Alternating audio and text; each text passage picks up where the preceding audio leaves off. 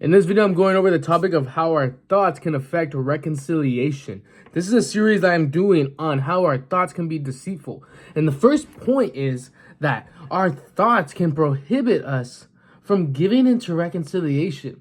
And what do I mean by this? I mean that when we're in a point in our faith, when we're at a point as a beginner Christian, we're at a point where we need to reconcile with somebody, our thought will be, no, they need to reconcile towards me. No, they need to say sorry to me. But no, we need to see it as this. We need to see it as when two countries are at war, they're fighting over what? Disagreement. What don't they have? They don't have peace. What else do they don't have? They don't have reconciliation yet.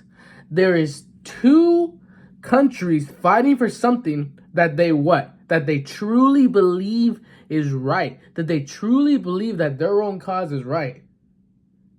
That they truly believe that what they are fighting for is right. And they're not going to give into peace.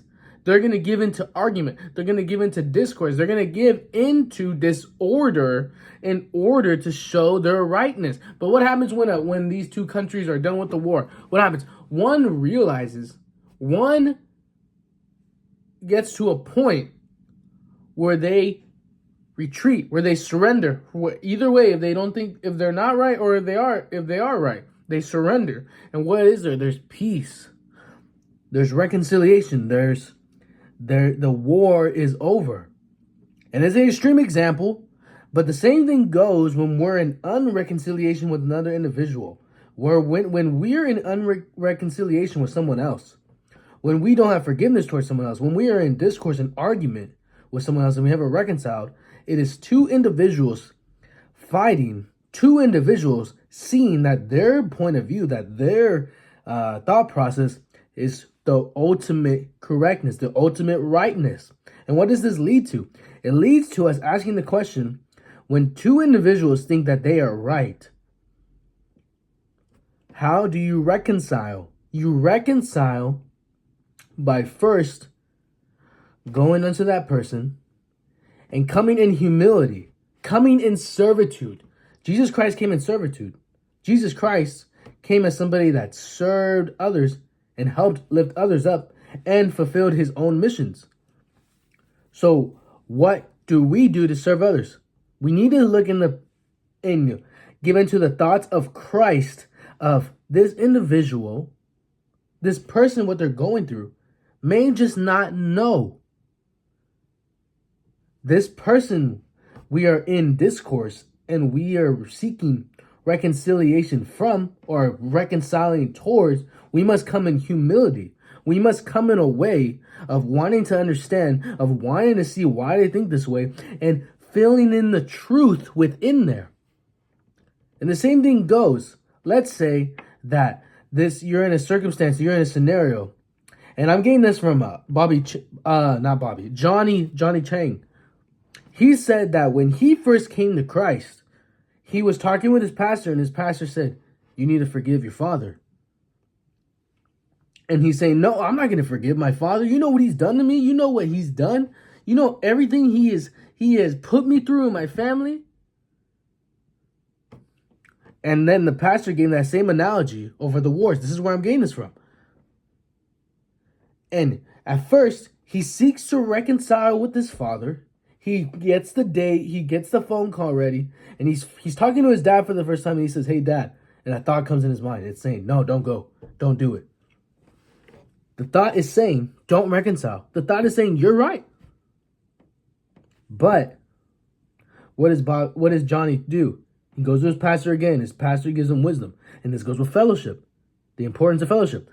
The pastor tells him, don't listen to that thought. That thought, think about it. Whenever you were in the world, whenever you were doing drugs, whenever you were doing crime, whenever you thought you were going to do anything real evil or crazy, it was always 100% no thought. But the second that you want to deny yourself and you want to not reconcile, you have a thought that says, don't do it, don't do it, don't do it.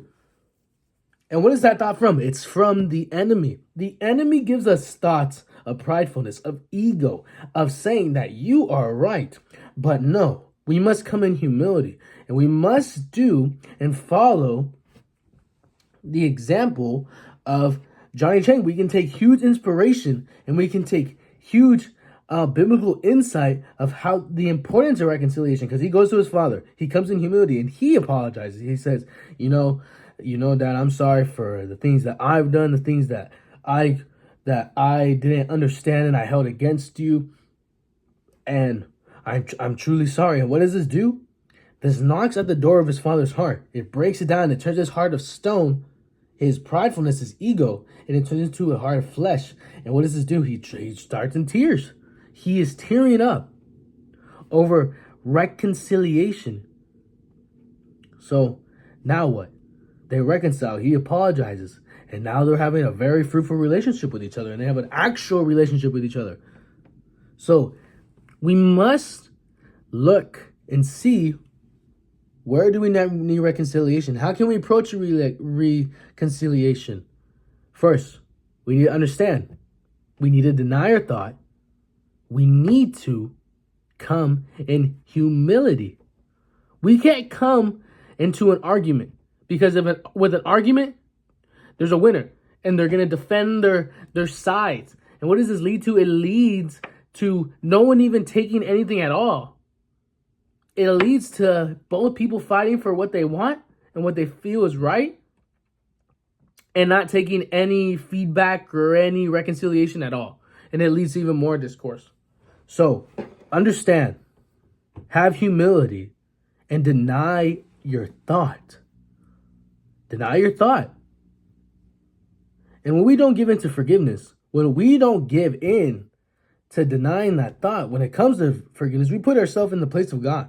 We put ourselves in a thought process of saying, well, I can't forgive this person. This person doesn't forgive him. This person doesn't need my forgiveness. This person doesn't deserve my forgiveness.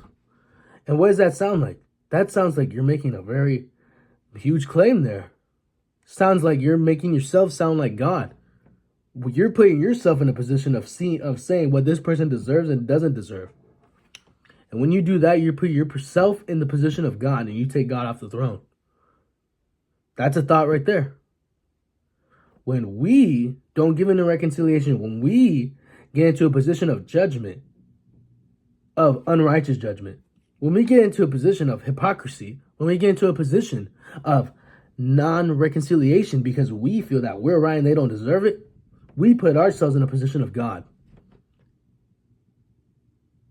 And that is awful to do. That's a terrible thing to do. We are not God. We are dust. We are the creation. So don't take God off the throne over this reconciliation. Pray about it. Get wise counsel about it. Have humility. Have understanding. And even call back to the verses of what God says. He says that if you come to the altar and you haven't reconciled, leave what you have at the altar and go reconcile first and then come back. How many times should I forgive? 70 times 7 or 77 times 7. What does this mean?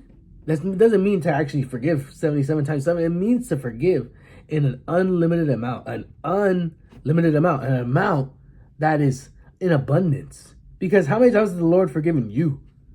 How many times has the Lord forgiven you when you have betrayed him? Every time we sin, you know what we're doing? We're beating that nails back into his hands.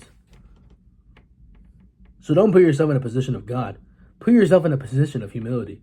Put yourself in a position of denying that thought from the enemy, that thought of ego and pride and self-righteousness and lifting myself up above this other person who is wrong.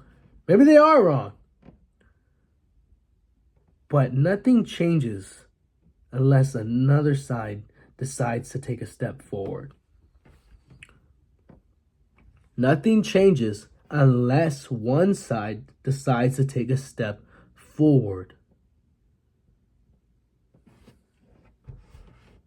Glory to Jesus Christ. Have a good one.